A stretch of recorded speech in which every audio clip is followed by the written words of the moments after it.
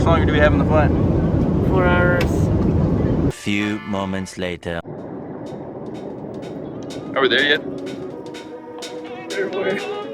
Check. See if we're there yet. Damn it. Still not there. Let's try this one.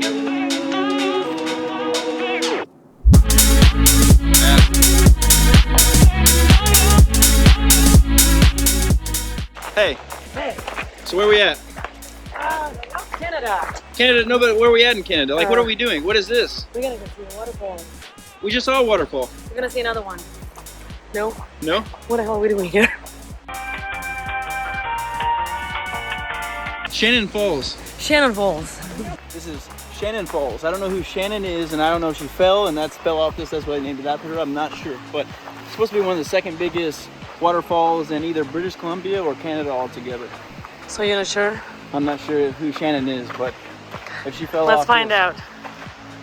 Babe, what does that say right there? No drone. What's a drone? A drone. No drones. I don't know what the drone is. All right, so this is a Shannon Falls right behind me. It's a shame we cannot get the drone out. Some better footage. This is what we do in the middle of the forest. Take pictures of the trees. Oh, this is awesome. That's how you walk after the hike? Yep. On the Shramas Chief Trail. No drone.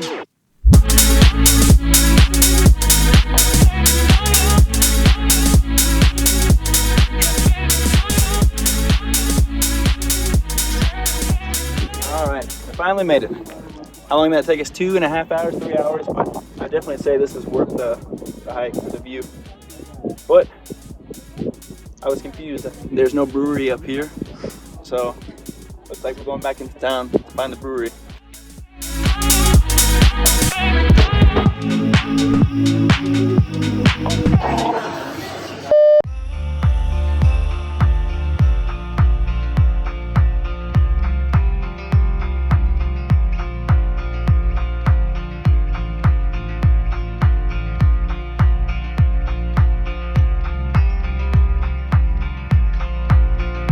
That's what happens when you try to catch your drone.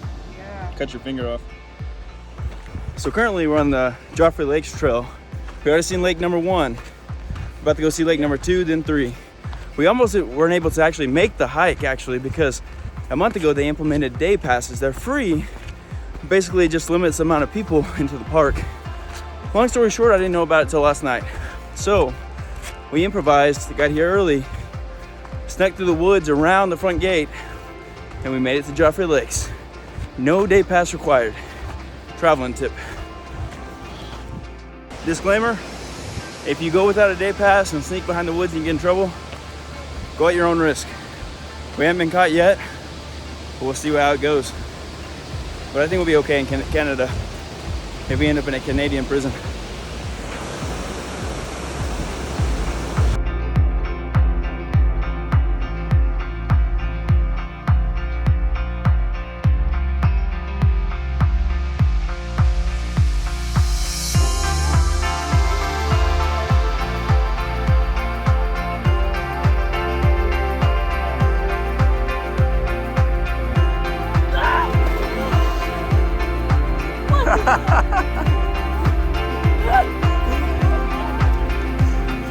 So we just finished lake number 2.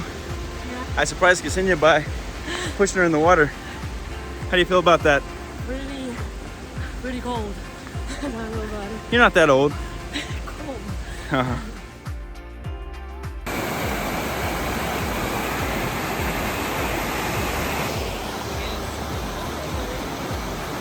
So after getting to the lake number 3, I still think lake number 2 is probably the most emerald and pretty, but 3 is probably easily the biggest lake. And this hike was probably the prettiest hike I've ever gone on.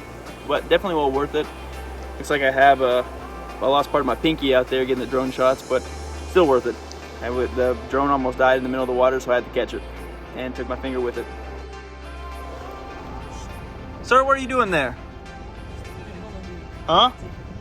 Sir, where are you at? Where you going? Hey, boy. That is insane. Hey, buddy. I've never seen a bear in my life.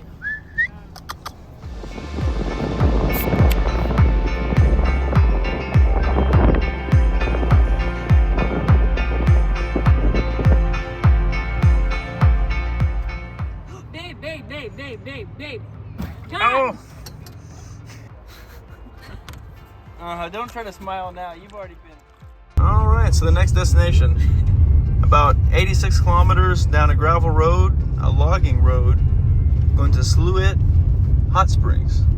Warning, use extreme caution, active logging road. We'll see how this goes.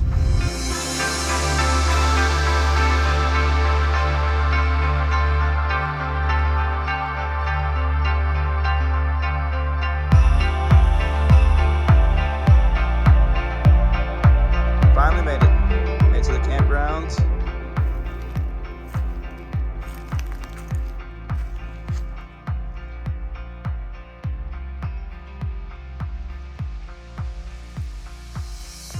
"86 kilometers later, we finally made it to the campgrounds. It's actually really pretty up this way. It was very hard to find. There was no signs actually turning off the main logging road, which was about an hour and a half of driving on the gravel road. A little bit of logger trucks we passed along the way.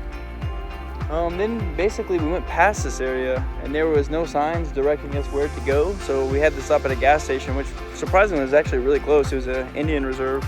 And basically they told us that we just passed it. So we went up another road, no sign telling us where to go.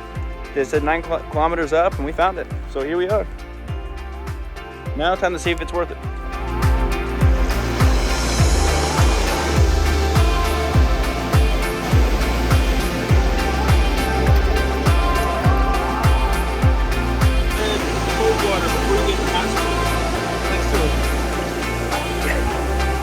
Five minutes later.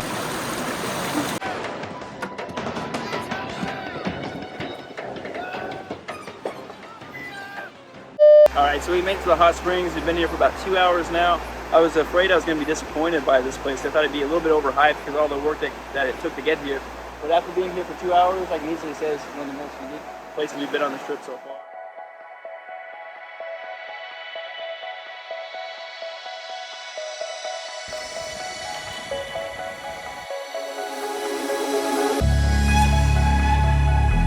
Day number 5, we're in Kelowna, Canada. And basically this is alcoholic's paradise. Tons of wineries, probably about 99 wineries to go. Cideries, breweries, you name it. First stop, never been to a cidery before, so that's where we're at right now. And then we're gonna go right over there. It's a speakeasy theme. Where are we going? It's the speakeasy. Speakeasy? Okay. Yeah, Kelowna. Kelowna.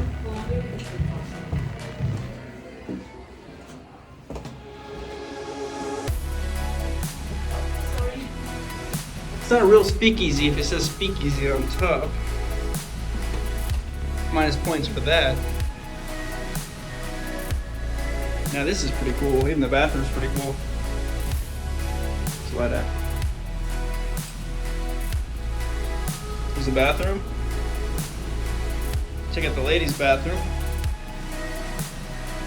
It's pretty cool. Pretty sweet bar if I have to say it myself. Oh my god. This is the best one I've ever seen. It's not a real speakeasy though. I got mark points. It says speakeasy on the front. If you didn't have that.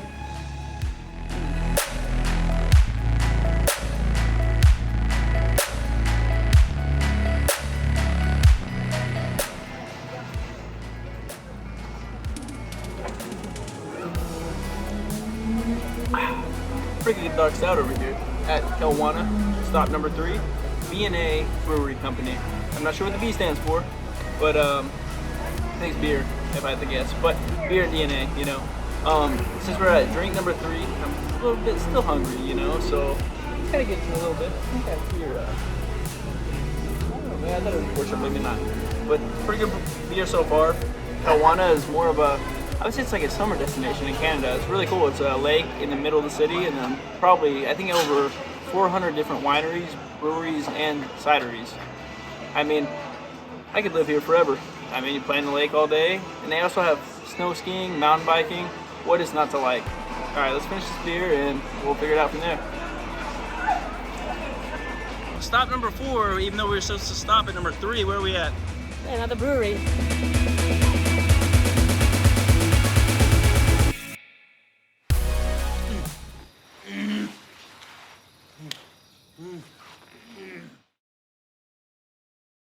After all that drinking in Kelowna, the wine country of Canada, I might do something bad. I did a little bit of drinking and driving.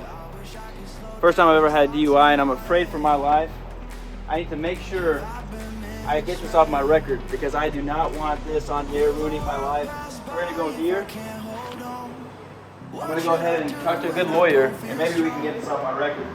It's like an old school place. Oh shit, not again. Speakeasy number 2. I know it's running Teach right now, but she looks like she's been awake for some days. So, let's see what we got in store over here, guys. Whoa.